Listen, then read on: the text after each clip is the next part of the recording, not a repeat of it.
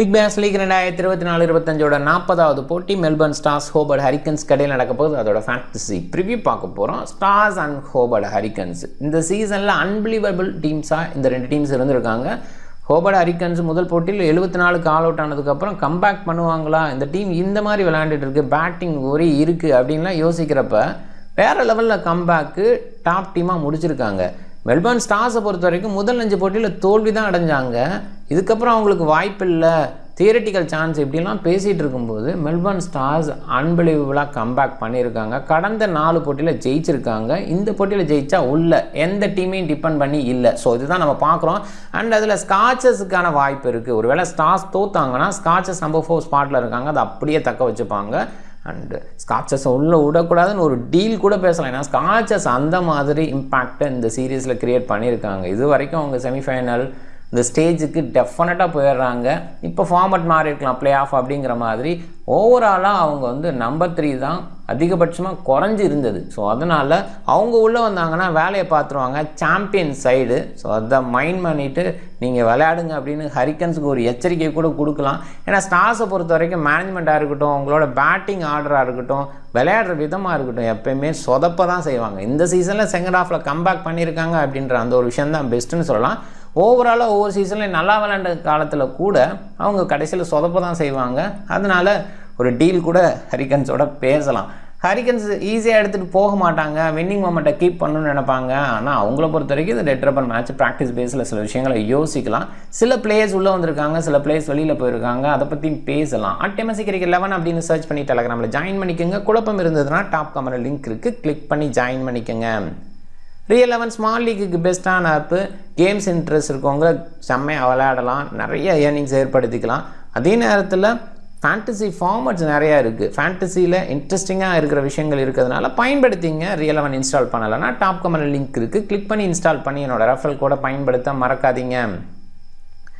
Melbourne cricket மெல்பர்னில் தான் இந்த போட்டி. கண்டிஷன் க்ளவுடி பட் மழை இல்லை அப்படிங்கிற ஃபோர்காஸ்ட் தான். ஜனவரி 19 1:45 PM நம்மளோட டைம், அவங்களோட டைம் 7:15 PM ஸ்டார்ட் ஆகுது. 73 போட்டியில் 30 பேட் ஃபஸ்ட்டு, 42 சேசிங் ப்ரிஃபர் பண்ணுறதுக்கான வாய்ப்பு. ஸ்டார்ஸ் சேஸில் கொஞ்சம் கம்ஃபர்டபுளாக இருந்திருக்காங்க ஆரம்ப போட்டிகளில் அங்கே பேட் ஃபஸ்ட் பண்ணும்போது. சொல்லுங்க சில போட்டிகள் பேட் ஃபஸ்ட் பண்ணி ஜெயிச்சிருக்காங்க ரீசெண்டாக, அதில் ப்ராப்ளம் இல்லை. அவங்க கான்ஃபிடன்ட் இந்த பர்டிகுலர் கிரவுண்டில் இருப்பாங்க. ஏன்னா அவங்களோட ஹோம் அப்படின்றதுனால 158 பேட் ஃபஸ்ட்டுக்கான ஆவரேஜ் ஓரளவுக்கு டீசெண்டாகனு சொல்லலாம். பிச்சை பொறுத்த வரைக்கும் ஓரளவுக்கு பேட்டிங் ட்ராக்னு சொல்லலாம். பட் ஸ்டில் கிரவுண்டோட டைமென்ஷன் அவ்வளோ ஸ்கோரை ஏற்படுத்தி கொடுக்காது, அப்படி தான் நம்ம பார்த்துருக்கோம். ஸ்ட்ரைட் பவுண்ட்ரி ஓரளவுக்கு மீடியமாக இருக்கும், 70+ அப்படிங்கிற மாதிரி. சைட் பவுண்ட்ரிஸ் 80+ அப்படிங்கிற மாதிரி ரொம்ப பெருசாக இருக்குது. அதனால் நிறைய நேரங்களில் ஷார்ட் பால் இல்லை பேக் ஆஃப் லென்த் பால் அப்படிங்கிற மாதிரி தான் வீச பார்க்குறாங்க. அதில் நிறைய சைடில் கேட்சஸ், மிட் விக்கெட்டில் கேட்ச் கொடுத்து போகிறாங்க அப்படின்றத பார்க்குறோம். ஸோ அது எதிர்பார்க்கணும். அண்ட் அதே நேரத்தில் பேட்டர்ஸ் அப்படின்னு பார்க்கும்போது நிறைய நேரம் ஸ்ட்ரைட்டாக அடிக்க பார்க்கறதுக்காக டென்னிஸ் ஷாட்ஸ்லாம் நிறைய ஆடுவாங்க. ஸோ அதுதான் இந்த பர்டிகுலர் கிரவுண்டில் நம்ம ஃபெமிலியராக பார்த்துட்ருக்கோம் அடுத்தடுத்து அப்படின்னு பார்க்குறோம். மேலே போடுற பால் சில நேரங்களில் சக்ஸஸ். ஏன்னா இங்கே ஷார்ட் பாலை எதிர்பார்த்துருக்கும் போது மேலே ஒரு சில பால்ஸ் அப்படி போடும்போது ப்ளூலெஸ்ஸாக அவுட் ஆகுறாங்க. ஸ்டெக்கட் மாதிரி பிளேயர் அண்டு அதே நேரத்தில் சிடில் மாதிரி பிளேயர்ஸ் அதை நிறைய பண்ணுறாங்க அப்படின்றதையும் பார்க்குறோம். அதுலேயும் சிடிலை பொறுத்த வரைக்கும் இந்த சீசனில் நிறைய யார்கர் போடுறேங்கிற இடத்துல ஏகப்பட்ட ஃபுல் டாஸ், இந்த சீசனில் அதிகப்பட்ட ஃபுல் டாஸ் வீசினவர் சிடில் தான் அப்படிங்கிறதையும் பார்க்குறோம். அண்ட் பேட் ஃபஸ்ட்டுக்கான விக்கெட் ஆவரேஜ் 6 இருந்திருக்கு. சேஸ் பண்ணும்போது கொஞ்சம் கம்மியாக இருந்திருக்கு. ஏன்னா சேஸிங்கான வெற்றி அதிகமாக இருந்ததுனால மெல்பர்ன் ஸ்டார்ஸ் 273க்கு 2 அப்படிங்கிற ஹை ஸ்கோர் அங்கே பதிவு பண்ணியிருக்காங்க. ஸ்ட்ரைக்கர்ஸ் 90க்கு 9 அப்படின்னு லோவாக ஆயிருக்காங்க. 150க்கு பிலோ அதிகமாக தான் இருந்திருக்கு, 29 முறை இருந்திருக்கு. மீடியம் ஸ்கோர்ஸ் நிறைய இருந்திருக்கு. இந்த மீடியம் ஸ்கோர்ஸை டார்கெட் பண்ணி இன்றைக்கி நம்ம போகலாம். இந்த சீசனை பொறுத்தவரை 156க்கு 5, 168க்கு 7 அப்படிங்கிற மாதிரி இருந்திருக்கு. அண்டு 162க்கு 6 அப்படிங்கிற அந்த ஸ்கோரும் இருந்திருக்கு. ஸ்டார்ஸ் கடந்த 2 போட்டியில் ஜெயிச்சிருக்காங்க. அதுக்கு முன்னாடி கொஞ்சம் டவுன் ஆகியிருக்காங்க. ஓவராலாக ஹோம் அட்வான்டேஜ் எடுத்திருக்காங்களா அப்படின்னா ஒரு சில நேரங்களில் ஓகேவாக இருந்திருக்காங்க. முன்னாடியெல்லாம் எடுத்திருக்காங்க, அது இல்லைன்னு சொல்லலாம். பட் ரீசெண்ட் இயர்ஸில் ஸ்டார்ஸ் டவுன் தான், அதில் அவ்வளோவா எடுத்துக்கல அப்படிங்கிறது தான் பார்க்குறோம். மெல்பர்ன் ஸ்டார்ஸ் டாப் ஆர்டரில் டக்கெட் இல்லாத அவங்களுக்கு பெரிய ப்ராப்ளம் தான் இருந்தால் கூட ஆல்ரவுண்டர் டாம் கரன் இந்த டீமுக்குள்ளே ஆட் ஆகிற அது பாசிட்டிவாக பார்க்கலாம். மெக்கன்சி இன்க்ளூட் பண்ணியிருக்காங்க. 11ல் ஒரு வரா அப்படிங்கிறது கேள்வியாக இருக்குது. பாசிபிளாக ஒரு ஸ்பின் ஆப்ஷன் எடுத்துக்கலாம் அப்படிங்கிற அந்த ஆங்கிளில் யோசிச்சா போகணும். பட் நிறைய ஆப்ஷன்ஸ் இருக்குது ஸ்பின் பேஸ்லேயும் சரி, அதே நேரத்தில் பவுலிங் ஆப்ஷன் அப்படிங்கிறது ஹெவியாக இருக்குது. எப்படி பயன்படுத்துகிறார் அப்படின்னு ஸ்டோயினிஸ்க்கு தான் தெரியும். ஏன்னா அவர் வந்து செல்ஃபாக பவுல் பண்ணுறது சில நேரங்களில் பண்ணுறாரு, சில நேரங்களில் பவுலிங்கே பண்ணுறதில்லை அப்படிங்கிறது இருக்குது. இப்போ டாம் கரன் வந்ததுனால என்ன குழப்பம் வரும் அப்படிங்கிறது மட்டும்தான் இப்போதைக்கு யோசிக்க வேண்டியது இருக்குது. Thomas Rogers and Sam Harper open பண்ணுறாங்க. ரோஜர்ஸை பொறுத்த வரைக்கும் டீசன்ட் ஹிட்டிங் எபிலிட்டி, பட் ரீசெண்டாக அந்தளவுக்கு ஃபார்மில் இல்லை. ஹார்ப்பர் ஆரம்பத்தில் அந்த ஃபார்ம் அடுத்து கொண்டு வரல. ஆனால் அவர் ஃபார்மாக இல்லாத நேரத்தில் தான் மெல்பர்ன் ஸ்டார்ஸ் ஜெயிச்சிருக்காங்க அப்படின்றதும் இருக்குது. வெப்ஸ்டரை ஆரம்பத்தில் நம்பர் 7 பொசிஷனில் இறக்குனாங்க. நம்ம கூட சொல்லியிருந்தோம் நம்பர் 3 ஸ்பாட் ஒரு சூப்பர் ஸ்பாட், ரீசனாக செம ஃபார்மில் இருக்கார், ஏன் அப்படி பண்ணுறாங்க அப்படிங்கிற மாதிரிலையும் யோசித்தோம். பட் அவர் மேலே வந்ததுக்கப்புறம் மெல்பர்ன் ஸ்டார்ஸ் மேலே வந்துட்டாங்க அப்படிங்கிறது தான் இருக்குது. இங்கே ஸ்டோயினிஸு மேக்ஸ்வெல் மிடில் பேஸில் இந்த டீமுக்கு பில்லராக இருந்திருக்காங்க. இப்போ அப்படி இருக்காங்களான்னா மேக்ஸி கடந்த 2 போட்டியில் நல்லா பண்ணியிருக்காரு. குறிப்பாக பவுலிங் பண்ணலைன்னா கூட பாயிண்ட்ஸ் கூட எடுத்து கொடுக்குறாரு. கேச்சிங் பொசிஷன் நிற்கிறார், மிட் ஆஃப் லாங் ஆஃபில் நிற்கிறதுனால. ஸோ அந்த இடத்துல நமக்கு பாயிண்ட்ஸ் கிடைக்குது. கண்டிப்பாக சூப்பர்னு சொல்லணும். ஸ்டோயினிஸை பொறுத்த வரைக்கும் எம்சிஜினாவே 4 ஓவர் வீசிடுவேன் அப்படிங்கிற மாதிரி இது வரைக்கும் பண்ணியிருக்காரு. எதிர்பார்க்கணும். பட் ஸ்டில் இப்போ பவுலிங் ஆப்ஷன்ஸ் ஹெவி ஆகிட்டனால என்ன மாதிரி விஷயத்தை அவர் ஹேண்டில் பண்ணுவார், எடுத்துப்பார் அப்படின்னு பார்க்கணும். ஹில்டன் கார்ட்ரைட் இந்த சீசனில் டோட்டலாகவே ஃப்ளாப்பு பார்க்கலாம். Tom Curran, Usama Mir 2 overseas, 2 பேருமே டீசெண்டான பேட்டிங் எபிலிட்டியும் வச்சுருக்காங்க. உசாமா மீர் அந்தளவுக்கு பெருசாக தெரியல, ஹிட் பண்ண பார்க்குறாரு. நான் பவுண்டரிஸ் பெருசாக இருக்கிற இடத்துல அவரால் ஒன்றும் பண்ண முடியாதுன்ற மாதிரி தான் நான் பார்க்குறேன். நிறைய நேரங்களில் மேலே தூக்கி அடித்து தான் ஸ்கோர் பண்ணணும்னு நினைப்பார். டாம் கரனை பொறுத்த வரைக்கும் ஒரு இடத்துல ஸ்டெபிலிட்டி கொடுத்து விளையாடக்கூடிய லெவலையும் ஷோ பண்ணியிருக்காரு. ஸ்டெக்கெட்டு ஓரளவுக்கு பேட்டிங் இருக்குது அப்படின்னு சொல்லலாம். இருந்தாலும் பவுலிங் பேஸில் தான் கன்சிடரபிள். இவரை பொறுத்த வரைக்கும் அவரோட ஹைட்டுக்கு கண்டிப்பாக வந்து பேக் ஆஃப் லென்த் வீச முடியும். இந்த பர்டிகுலர் ட்ராக்குக்கு பெஸ்ட்டாக இருக்க முடியும். சில நேரங்களில் க்ளூலெஸ்ஸாக மேலே போட்டுருவார், அதில் விக்கெட்ஸும் எடுத்திருக்காரு. ஜோயல் பாரிஸு நியூ பாலில் ஸ்பெஷலிஸ்ட்டு, அந்த இடத்துல பயன்படுத்துகிறாங்க. அதுக்கப்புறம் பயன்படுத்துகிறாங்களான்னா அங்கே ஒரு கேள்வி வைக்கிறேன். அண்ட் பீட்டர் சிட்டில் பொறுத்த வரைக்கும் சூப்பர் பவுலிங், ஓரளவுக்கு கண்ட்ரோல் வச்சுருக்காரு. இந்த ஏஜில் இந்த கண்ட்ரோல் வச்சுருக்கிறது பெரிய விஷயம். 40+ இருக்கார் அப்படின்றத ஞாபகப்படுத்துகிறேன். Doug Warren, Jonathan Merlo, McKenzie and Blake Macdonald இவங்களே அனௌன்ஸ் பண்ணியிருக்காங்க. பாசிபிளாக அவங்கள பெஞ்சில் தொடருவாங்க. ஹோபர்ட் ஹரிக்கன்ஸு இந்த டீம் பொறுத்த வரைக்கும் ஜோர்டான் ஓகேவாக இருக்கார், ப்ராக்டிஸில் இருக்கார். அவரோட பேக் இஷ்யூ சரியாக இருக்குது அப்படிங்கிற மாதிரி நான் பிலீவ் பண்ணுறதுனால மார்க்கஸ் பீனுக்கு பதிலாக கிறிஸ் ஜோர்டான் உள்ள வருவார் அப்படிங்கிற எதிர்பார்ப்பு. அண்ட் பேட்ரிக் டூலி, கனான் பொறுத்த வரைக்கும் ரீப்ளேஸ்மெண்ட் அனௌன்ஸ்மெண்ட்டு. ஸோ யூஎஸ்ஏக்காக விளாட்ற இங்கே நிறைய ப்ராக்டிஸ் ஆகிருக்கு, அது நமக்கு நல்லாவே தெரியும். ஸ்டான்லேக்கு இன்ஜுரி, அந்த இடத்துல கனானை ரீப்ளேஸ் பண்ணியிருக்காங்க. மிச்சல் ஓவன், கலேப் ஜோல் 2 பேரும் ஓப்பன் பண்ணுறாங்க. 2 பேருமே நல்ல ஸ்டார்ட் போன போட்டியில் கூட கொடுத்தாங்க. கலேப் ஜோலை பொறுத்த வரைக்கும் கொஞ்சம் ஸ்டார்ட் அவ்வளோவா கிரேட்டாக இல்லை. ஸோ அவர் கொஞ்சம் கேச்சஸ் இந்த மாதிரியெல்லாம் ட்ராப் பண்ணதுக்கப்புறம் தான் போன போட்டியில் நல்லா விளையாண்டார் அப்படின்னு சொல்லலாம். ஓவனை பொறுத்த வரைக்கும் சூப்பராக விளையாடுறாரு, நல்ல ஹிட்டிங் எபிலிட்டி. அது மட்டும் இல்லை, இப்போ ஒரு பவுலிங் ஆப்ஷன் குறையிறதுனால பேஸில் இந்த இடத்துல ஓவன் தான் மேனேஜ் பண்ணுறாரு, ஒரு சில ஓவர்ஸ் வீசுகிறாரு.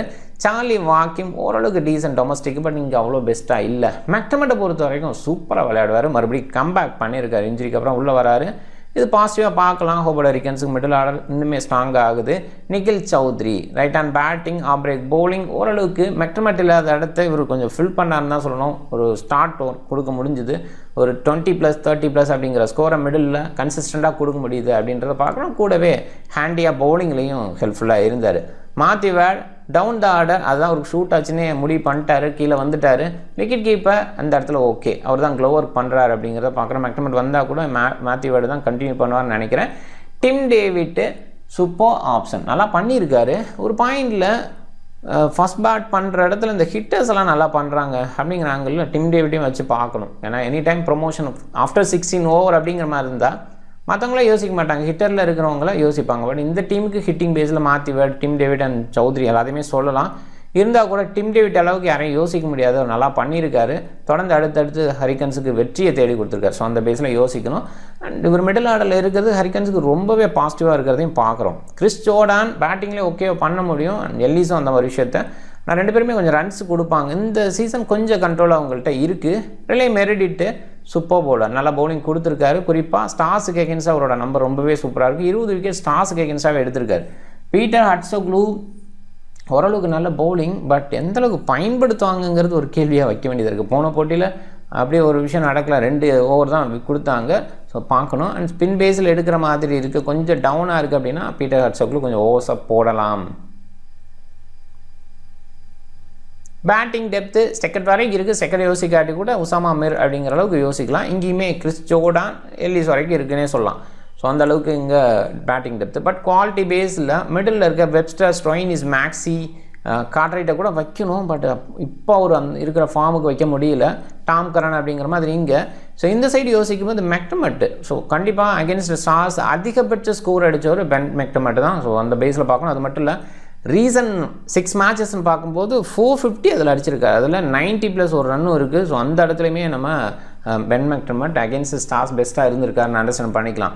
நிக்கில் சௌத்ரி, வேடு, டிம் டேவிட், கிறிஸ் ஜோர்டன் இன்னுமே ஸ்ட்ராங்காக இருக்கிற ஒரு ஃபீலை கொடுக்குறாங்க. ஸோ அந்த டீமுக்கு இந்த ஸ்ட்ராங்கான ஒரு விஷயத்தை கொடுக்குறாங்க.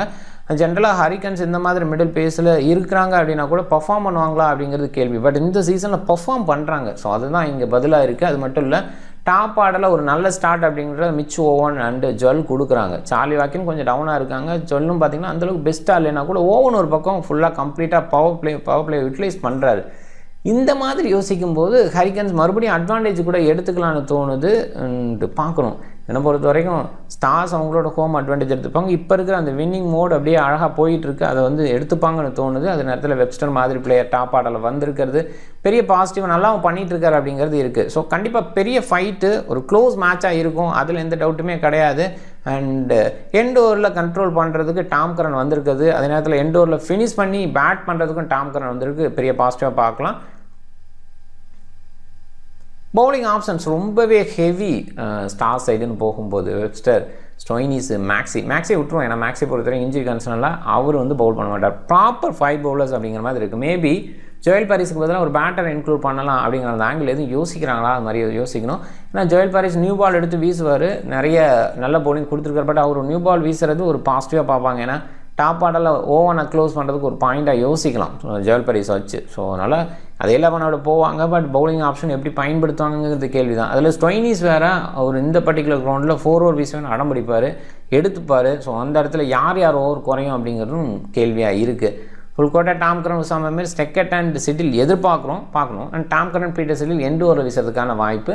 பவுலிங் ஆப்ஷன் இந்த சைடுன்னு பார்க்கும்போது Mitch Owen, Chaudhary, Tim David இவங்கெல்லாம் அவங்களோட 4 ஓவர்ஸ் மோஸ்ட்லி இந்த ரிமைனிங் 4 ஓவர்ஸ் இவங்க 3 பேரும் ஷேர் பண்ணிப்பாங்க. ஜோர்டான், எல்லிஸ், மெரிடிட், ஹட்சப்லும் மோஸ்ட்லி அவங்களோட முழுமையான ஓவர் வீசுவாங்கன்னு எதிர்பார்க்குறோம். ஸ்லாக் ஓவரில் எல்லிஸ் அண்ட் மெரிடிட்டு வீசுறதுக்கான வாய்ப்பு. மெல்பர்ன் ஸ்டார்ஸ் தான் ஹெட் டு ஹெட்டில் அட்வான்டேஜில் இருக்காங்க. ஹோபர்ட் ஹரிக்கன்ஸ் டவுனில் இருக்காங்க. 8-13 அப்படிங்கிற மாதிரி ஹோபர்ட் ஹரிக்கன்ஸ் டவுனு. அண்ட் இதில் பேட் ஃபர்ஸ்ட் பண்ணும்போது ஈக்குவலாக இருக்காங்க. ஆனால் சேஸ் பண்ணும்போது மெல்பர்ன் ஸ்டார்ஸ் எப்போயுமே ஸ்ட்ராங்காக இருந்திருக்காங்க. இந்த ஒரு விஷயத்தை யோசித்து ஸ்டார்ஸை பொறுத்த வரைக்கும் சேஸ் பண்ண தான் பார்ப்பாங்க. ரீசன்ட் ஸ்டார்ஸோட வின்ஸை பாருங்கள், தொடர் 4 வெற்றிகள். ஸோ இது மாதிரி அதிகமாக மெல்பர்ன் ஸ்டார்ஸுக்கு நடந்ததில்லை. ஒரே ஒரு முறை மட்டும் தொடர்ந்து 9 வெற்றின்னு நினைக்கிறேன். எனக்கு எக்ஸாக்டாக தெரில. 9 வெற்றி அப்படிங்கிறத பண்ணியிருக்காங்க. அதுக்கப்புறம் குறைவாக தான் இருந்திருக்காங்க. ஏன்னா அந்தளவுக்கு பர்ஃபார்மன்ஸ் பேஸில் கன்சிஸ்டண்ட்டாக ஸ்டார்ஸ் இருந்ததில்லை. இந்த சீசனில் முதல் 5 வெற்றி இல்லை அப்படின்றதுக்கப்புறம், முதல் 5 தோல்வி அப்படின்னு வந்ததுக்கப்புறம் அடுத்து அவங்க வரமாட்டாங்கன்னு தான் நினச்சோம். ஏன்னா அந்த மாதிரி தான் அவங்களோட பர்ஃபார்மன்ஸு ப்ரீவியஸ் சீசன்ஸ்லாம் இருந்திருக்கு. பட் நல்லா வந்திருக்காங்க, பார்க்கலாம். அண்ட் ஹோபர்ட் ஹரிக்கன்ஸ்னு பார்க்கும்போது தொடர்ந்து 5 வெற்றி, வேறு லெவல். அவங்களோட பர்ஃபார்மன்ஸ் பயங்கரமாக இருந்துகிட்ருக்கு.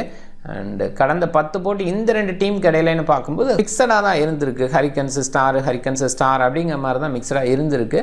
பட் ஓவராலாக ஸ்டார்ஸ்க்கு அட்வான்டேஜ் இருக்கிற மாதிரி ஹெட் டு ஹெட் நம்பர் இருந்திருக்கு. இந்த சீசனில் ஹோபர்ட் ஹரிக்கன்ஸ் நல்லா பண்ணியிருக்காங்க.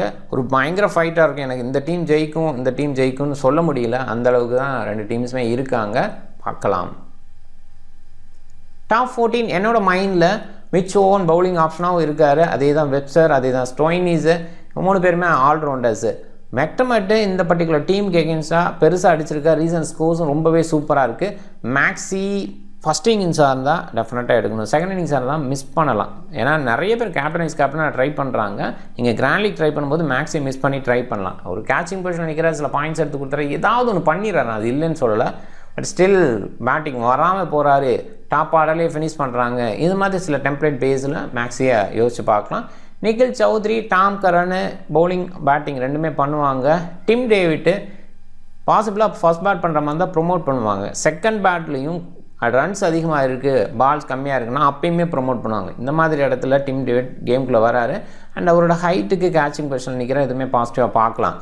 உசாமா மீர், ஜோர்டானு, ஸ்டெக்கட்டு பேக்கெண்டில் பவுல் பண்ணக்கூடிய ஓரளவுக்கு பேட் பண்ணக்கூடிய எபிலிட்டியோடு இருக்கிற பவுலர்ஸு விக்கெட் டேக்கிங்கில் ஓகேவாக பார்க்கலாம். And Nathan Ellis, Meredith, Siddle இவங்கெல்லாம் எண்ட் ஓவர்ஸில் வீசுகிறாங்க. அதனால் அவங்களையும் கன்சிடர் பண்ணணும். பிக் பேஸில் Caleb Jewell, Charlie Wakim, Joel Paris and Peter Hatzoglou இவங்களெல்லாம் குறைவாக பிக் பண்ணியிருக்காங்க. ஜோயல் வாக்கிம் டாப் ஆர்டரில் இருக்காங்க. பாரிஸ் நியூ பாலில் வீசுகிறாரு. ஹட்சோக்லு போன போட்டியில் 2 ஓவர் தான் வீசினா, இந்த போட்டியில் கொஞ்சம் ஓவர்ஸ் அதிகமாக கொடுக்கலாம். இந்த மாதிரி ஆங்கிளில் யோசித்து இவங்கள கொஞ்சம் யோசிக்கலாம். ஒரு சில டீம்ஸில் பிக் பண்ண பாருங்கள். இந்த மேட்ச் பொறுத்த வரைக்கும் அவ்வளோ சேஃப் இல்லை ஜிஎல்பிக்குன்னு இவங்களை சொல்கிறது அப்படிங்கிறது. நிறைய பிளேயர்ஸ் வர்றாங்க அப்படின்றதுனால அவங்களெல்லாம் குறைவாக தான் பிக் பண்ணியிருக்காங்க. ஒரு ஜோர்டானை கம்மியாக பிக் பண்ணியிருக்காங்க, டாம் கரனை கம்மியாக பிக் பண்ணியிருக்காங்க. அவங்க வர்றாங்கன்னு நிறைய பேருக்கு தெரியாது. ஆனால் ஆன் டைமில் எல்லாருமே பிக் பண்ணிடுவாங்க. ஸோ அதனால தான் அவங்கள மென்ஷன் பண்ணலை. ஓவன், ஸ்டோய்னிஸு, மேக்ஸியை நிறைய பேர் கேப்டனாக ட்ரை பண்ணியிருக்காங்க. நான் ஏற்கனவே சொன்ன மாதிரி மேக்ஸி பயங்கரமாக அடிக்கிறாரு. பட் பவுல் பண்ணுறாரா, பேட் பண்ணுறாரா? ஸோ பவுல் பண்ணுறாரா அப்படின்னு கேட்டால் அது இல்லை. பேட் பண்ணுற இடத்துல மேலே வராரா அப்படின்னாலும் அதுவும் இல்லை. ஸோ அந்த இடத்துல அவர் கொஞ்சம் ரிஸ்க்கு தான். ட்ரை பண்ணலாம், ரிஸ்க் எடுக்கணும் அப்படின்னா மட்டுமே. ஸ்டோய்னிஸை பொறுத்த வரைக்கும் இந்த கிரவுண்டில் நல்லா பண்ணியிருக்காரு அப்படின்றது மட்டும் இல்லை, பவுலிங் எடுத்து வீசுவார் அப்படிங்கிற அந்த எதிர்பார்ப்பும் இருக்குது. ஓவன் வந்து பவுலிங் பேட்டிங் ரெண்டுமே பண்ணுறாரு. ஆப்வியஸாக டீசன்ட் சாய்ஸு. வெப்ஸ்டர் கண்டிப்பாக நல்லா பண்ணுறாரு. பேட்டிங் பவுலிங் ரெண்டுமே இருக்கிறதுனால சாய்ஸு மேலே வரதுக்கான வாய்ப்பும் இருக்குது. அதனால சாய்ஸ் தான். Ben McDermott successful against Stars அப்படின்றதுனால கண்டிப்பாக considerable. Nikhil Chaudhary bowling batting ரெண்டுமே பண்ணுறதுனால குவாலிட்டி அவுட்புட்டை கொடுக்கலாம். டீம் பாருங்கள், கேப்டன் மிச்சோன், வைஸ் கேப்டன் வெப்ஸ்டர். ஸோ இந்த 2 பேருமே டாப் ஆர்டரில் இருக்காங்க. டீசென்ட் அவுட்புட் கொடுக்க முடியும் அப்படின்றேன் பார்க்குறேன். அண்ட் எம்சிஜியை பொறுத்த வரைக்கும் அவ்வளோவா ஸ்விங் கிடைக்கக்கூடிய கிரவுண்ட் கிடையாது. ஸ்விங் கிடைச்சாலும் மேனேஜபிளாக தான் இருக்கும். அதனால் டாப் ஆர்டரில் இருக்கிற பிளேயராக கேப்டனாக ட்ரை பண்ணுறதுல தப்பு இல்லை. And Tom Curran, Stoinis Maxy miss பண்ணுறேன், கொஞ்சம் டஃப்பு தான். ட்ரை பண்ணுங்கள், வேணும் மிஸ் பண்ணி ட்ரை பண்ணுறது தான் என்னை பொறுத்த வரைக்கும் ஓகே. ஏன்னா யாரை மிஸ் பண்ணுறதுன்னு தெரியல. சௌத்ரி, சோடானு இவங்க எல்லாமே பவுலிங்லேயும் பண்ணுவாங்க, பேட்டிங்லேயும் வரதுக்கு வாய்ப்பு இருக்குன்னு சொல்லலாம்.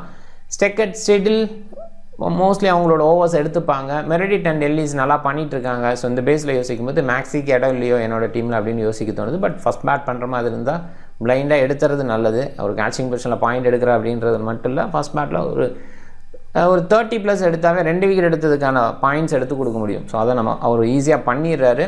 அண்ட் எம்சிஜி அவரோட ஃபேவரட் கிரவுண்டு, அந்த அங்கேயும் யோசிக்க வேண்டியது இருக்குது. நீங்கள் டிஃப்ரெண்ட் டீமை ட்ரை பண்ணுங்கள். இந்த வீடியோ பிடிச்சிருந்தா லைக் பண்ணுங்கள், உங்கள் ஃப்ரெண்ட்ஸுங்களுக்கு ஷேர் பண்ணுங்கள், சேனலை சப்ஸ்கிரைப் பண்ண மறக்காதீங்க. மிக்க நன்றி.